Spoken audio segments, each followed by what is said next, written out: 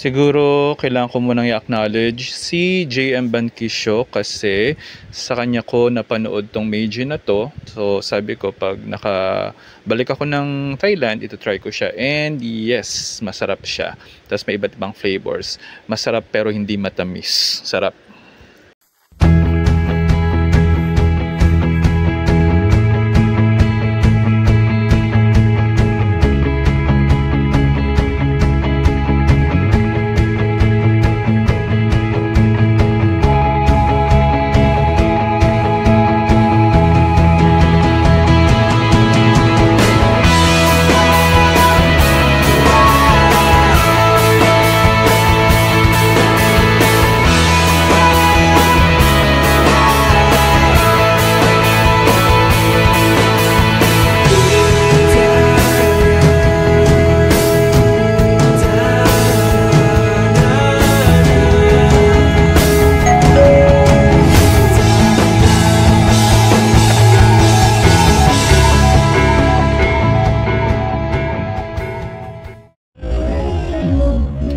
So guys, last night ko na dito sa Silom. So nag Chao Phraya River Tour tayo kanina. Tapos ngayon naman, mag street foods tayo. And then explore lang natin ng konti ang Silom area. So for tonight, ang ating... Ay, ito na pala. Hello. Yan ang ating chicken noodles. And ito na siya.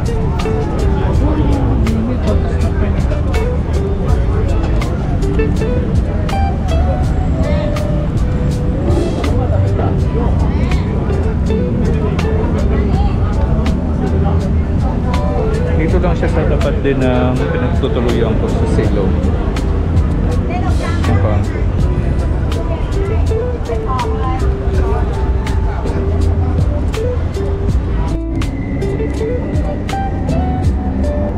Nabitin ako dun sa chicken noodle soup guys, kaya gusto ko pang kumain. So sabi ko itatry natin ngayon ang mga tusok-tusok. Yan, gaya nito.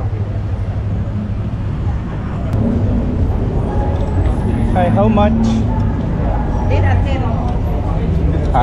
baht. Yeah, 10 baht. 10 baht. Yeah. How about sausage? 20 baht. 20. This is 10 baht. 10 baht. 20. Thank you. This is okay. Walk for you. 10 baht.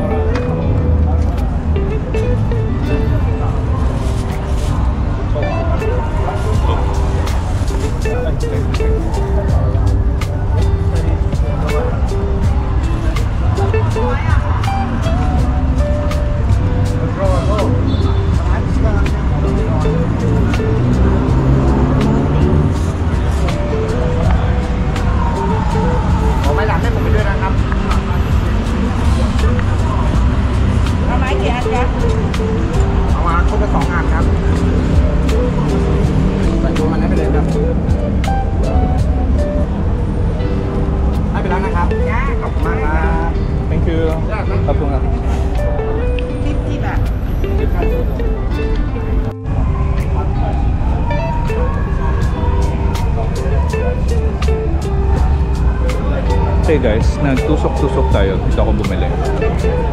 Bale yung sausage is 20.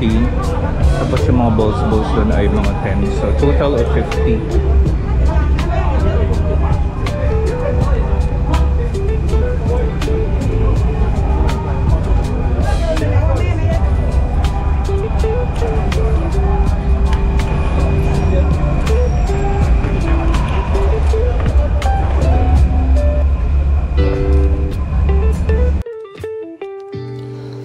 So ayan, voice over muna tayo kasi talagang medyo nahiya pa akong magsalita-salita anywhere. Yan.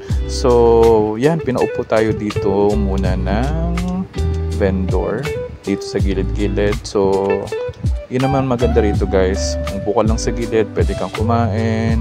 Yan, wala namang papansin sa'yo, hindi naman siya ganun ka big deal. Since it's my last night dito sa Silom guys, so I'd like to make like a quick review na din sa area na to kasi nga diba, after today, punta naman tayo sa isang country. Yan. So, maganda dito sa Siloam, guys. Kasi nga, number one, madaming street foods, maraming restaurants, tapos yung mga ganap-ganap, mga mahilig mag-bar.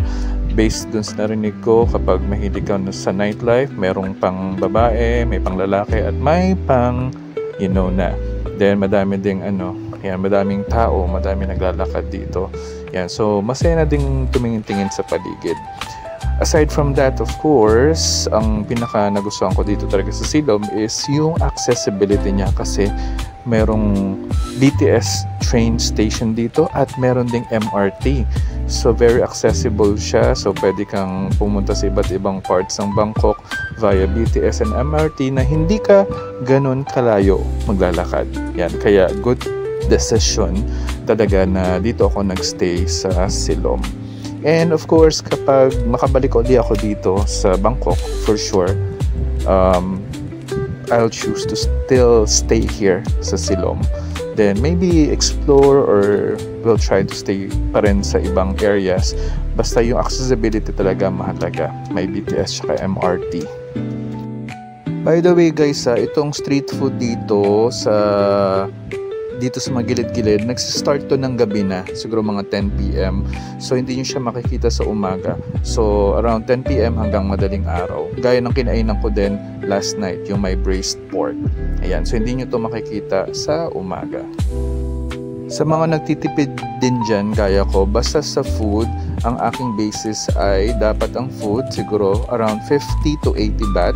Pag lumagpas ng 100, medyo mahal na siya for me. So, ayun yung aking basis kapag bibili ng food.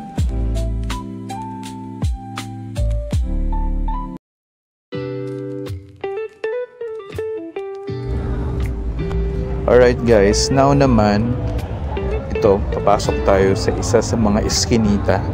Ano bang right term ba is ang soy para dito? Soy or eskinita para makita natin or makita nyo yung kaganapan dito sa area na to. Bale, galing na ako ng Katpong night market, tapos nilakad ko lang, tapos I decided na dito ako dadaan sa Pasilyo or sa eskinitang to. So ito yung makikita nyo dito sa area na to. Again, ang Siloam po ay sikat for nightlife, correct me if I'm wrong, and also for LGBT. Marami dito yung mga tawag dito, mga ladyboy. Tapos yun dun nga sa Bukana, diba, meron din parang comedy bar, tapos may mga impersonator at patawag dun, yan, mga ladyboy, mga drag queens yung nag-show doon. Ayan. Gaya po ng sabi ko dun sa mga una nating Thailand vlog, nakapag-stay na ako dito before during my first international travel, and first country ko din po ang Bangkok, at nakapag-stay ako dito sa Siloam siguro yung third or fourth day, pero hindi ko na talaga maalala kung saan part ako nag-stay. Basta ang naalala ko, naglalakad din ako sa kalsada, tapos maraming tao, ladyboy, daming ladyboy, ayun. Pero hindi siya along dito sa BTS station. Ayun ang naalala ko. So kalsada, tapos sa dulo, Bukana, dun yung pinag-stayan ko. So ayan, ganito yung makikita nyo dito sa soy na to. Mga bars, mga nag-aalok, pero so far hindi naman sila very aggressive. Yan, pinapakita lang nila yung siguro yung menu ng club nila. Yan. Okay, so malapit na tayo. Dito na tayo sa Bukana ulit. So okay na to, hindi na tayo papasok ng ibang soya. Okay na ako dito. So just to give you an idea guys, so tomorrow po ay papunta tayo sa isang country, iba pang country, pero babalik pa ako dito sa Siloam kasi iiwan ko yung malaking bag ko. Tapos magstay pa ako sa ibang areas such as Pratunam and Khao San.